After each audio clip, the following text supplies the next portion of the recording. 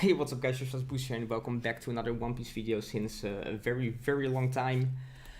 Yeah, I haven't uploaded for a while, but this past weekend, it's Monday now, I played the NoHeroes Regional in Hannover, and I actually made a top 4 with this very innovative and inspiring deck, which is Rob Lucci. So yeah, I'm very happy with the result. I mean, it would have been amazing to win, but getting top 4 is absolutely insane in my opinion. The field was super diverse, like the top 8 were 8 different decks, so yeah, it just felt really good to go really deep into my first proper top cut finish. I did make top 32 before, but then it was like a top 16 event. I mean, you know how it goes with the size of these events, but this was like a 1024 person regional, and I went almost went all the way. Super happy with my performance. So yeah, it might not be the most interesting deck, but I do think my deck list, it's not like standard you're gonna see. It's not like super spicy or anything, but I think my ratios are interesting. I'm playing like some deck cards, which definitely were very good for me and helped me get there. So I just want to get into the profile. Then at the end I'll talk about the matchups quickly, and yeah, let's just get into it. Starting with the CP engine, we are playing 4 of the Spandam. I saw a list playing 3 of this, which I think is absolutely insane. I mean, you know, this sets up the trash, gets you to the card you want to. Yeah. Then for Khalifa and for Kaku, these are the only 2Ks I am playing. Tsuru is very popular in this deck, but I don't think it's necessary to play. Yes, it is another 2K, but I think 8 is fine in this specific deck. And you know, Kaku is just another CP name, because most lists that are playing through are not maxing out on the Kaku, while I am.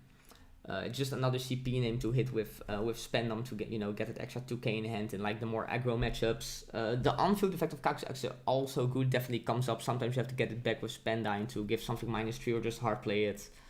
Obviously, those are not the ideal hands, but it definitely does happen. And Tsuru, I know a lot of people feel like it's like another Spandam in the trash for the Moria play, but it actually isn't, because the -2 really often doesn't help you get the threshold that the Helmeppo does.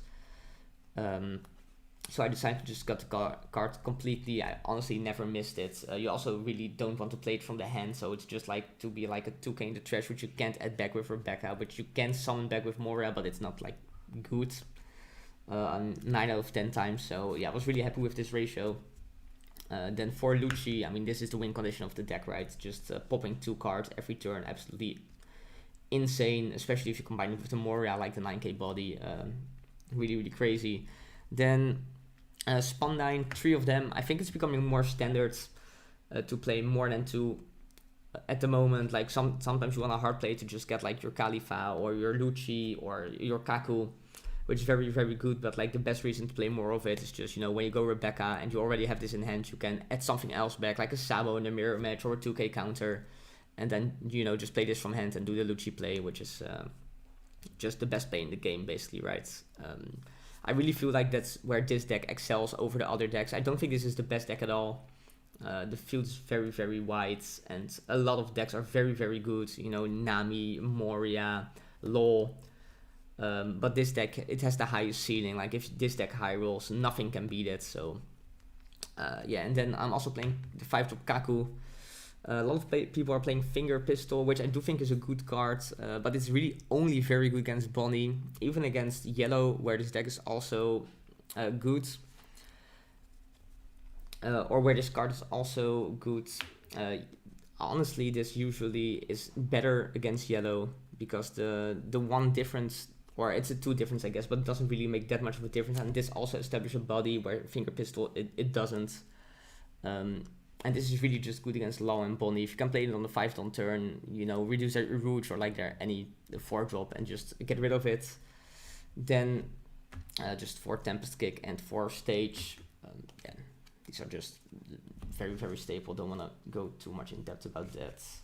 I already went too much in depth about the other cards, I suppose. Then I'm playing triple Helmeppo. So 2 is standard of this, but you just really always want to see this. In the hand, it's very good, especially against the mirror if you have like Tendon and you can play this out. Along with Moria, it's the same as having Tempest Kick and Moria, so you can out their entire field. and you just always want to see this in trash. I'm just playing 3 of this because, like I said, if you high roll, this is like the best deck in the game, and just really want to set up your combo as fast as possible, and that playing more of this, it helps, right? Then playing for Rebecca, standard. For Sabo, it should be standard. Just again, this just helps you set up your trash and your hand, which is what you want to be doing, and then you can usually win the game. Then the only A drop or like high cost I'm playing is Moria. I think all the other high costs are lackluster. Isho is really only good against Nami, which is ironic because that's what I lost to in the top 4. But in deck building, I decided I would just ignore that deck. So it is what it is. I think all the other, like Sabo is not worth it, Stassi is not worth it. They all, like, in some matchups they are good, but then in other matchups they are horrible and they're like just bricks in your hand. And this card is just the best one out of all of them. It's just the best against all the matchups. Should be banned, by the way. Then 2 of the 3 cost Brook and 2 of the 6 cost Brook. Like, some people are playing 3 of one of these, but I think this ratio is fine. Not much to say about that either. And then, like, this card got me the top, basically. I played against 2 Black Yellow Luffy. Against both of them, I saw this in the opening hand. And it just wins the matchup, basically, if you can protect it, which I could. Because it trashes their guy and you can just keep applying pressure, and at some point you just go, like, especially if you also have Moria, you can just go for 2 huge swings while this trashes one of their blocker, and then usually they just, don't have enough counter and you win the game. Yeah, I'll get into my matchups real quick. I'll just grab my phone to check because I wrote it down right. So in round 1 I played against Boa, which is like obviously a very good matchup. I drew horrible though, but again the matchup is very, very slow, and I milled 3 of my Moria my first 2 turns, but eventually I could just get to them, and then I won the game. Then the second round I played against Black Yellow Luffy, my friend Benjamin, who's very good. He just made top 8 with Black Yellow Luffy in Milan the week prior. But the first 2 cards I draw in my opening hand are Moria and the Nightmare Luffy, so I just keep the hands, and I got lucky in the end, I think, but I also think I played it like good by just playing Protect this Luffy, and eventually it got me there. Then in the third round I played Lucci, I think, which I beat. After that I played Red Purple Law, which I also beat. Then I played against Nami, which was very, very close. I think he needed to mill 1 more card that he couldn't, and then I won. Then I played against another Black Yellow Luffy, and once again I opened the Nightmare Luffy, and he also had like a bad hand, which of course also helps, and it got me there.